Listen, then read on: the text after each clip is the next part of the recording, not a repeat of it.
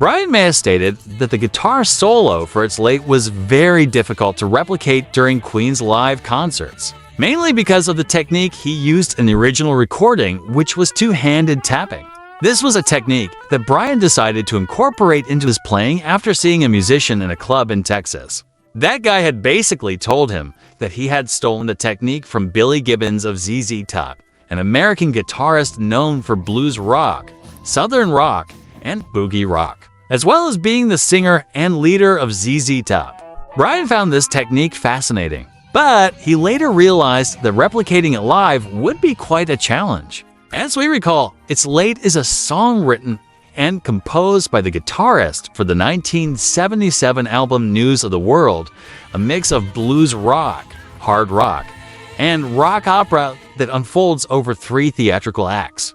The first part of the story takes place at home with the protagonist and his wife, the second part in a room with another woman he also loves, creating emotional conflict, and in the third part, the man returns to his original partner. As we can see, It's Late seems to reflect a personal experience of the guitarist, who years later confessed that problems with his ex-wife had led him to infidelity and eventually to divorce. The song was only played live during the News of the World tour, but not at all the concerts.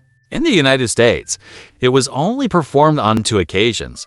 The first night at Madison Square Garden in New York on December 1st, 1977, and at the December 22nd concert that same year in Inglewood, California.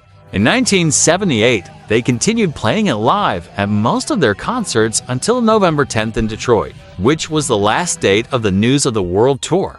Over time, Brian May realized that experimenting with guitar techniques was one thing, but performing them continuously was another.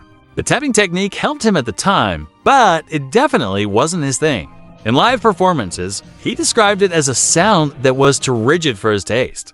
He was convinced that with more practice, that technique could have dominated him even more, but he didn't feel it was a natural path to follow. He said of tapping that it was a very flashy technique, but he preferred to explore other alternatives that better suited his live playing style. It is said that Brian May used the tapping technique a few months before Eddie Van Halen did, but the latter made it much more popular, and it even became his trademark. One thing is certain, neither of them invented it. They simply picked it up from something they had seen before. After the concerts with the original Queen lineup, the song was also performed alongside Adam Lambert. And that said, no one can deny that It's Late is another of Queen's hidden gems. Little promoted, rarely played on the radio, but with a great rock sound and good lyrics. After the Prophet song, The March of the Black Queen, and Innuendo, It's Late is one of the longest songs in Queen's entire catalog, at 6 minutes and 28 seconds. It was only released as a single in 4 countries, one of them being the United States, where it only reached number 72. It was later included in the 1997 compilation Queen Rocks. What do you think?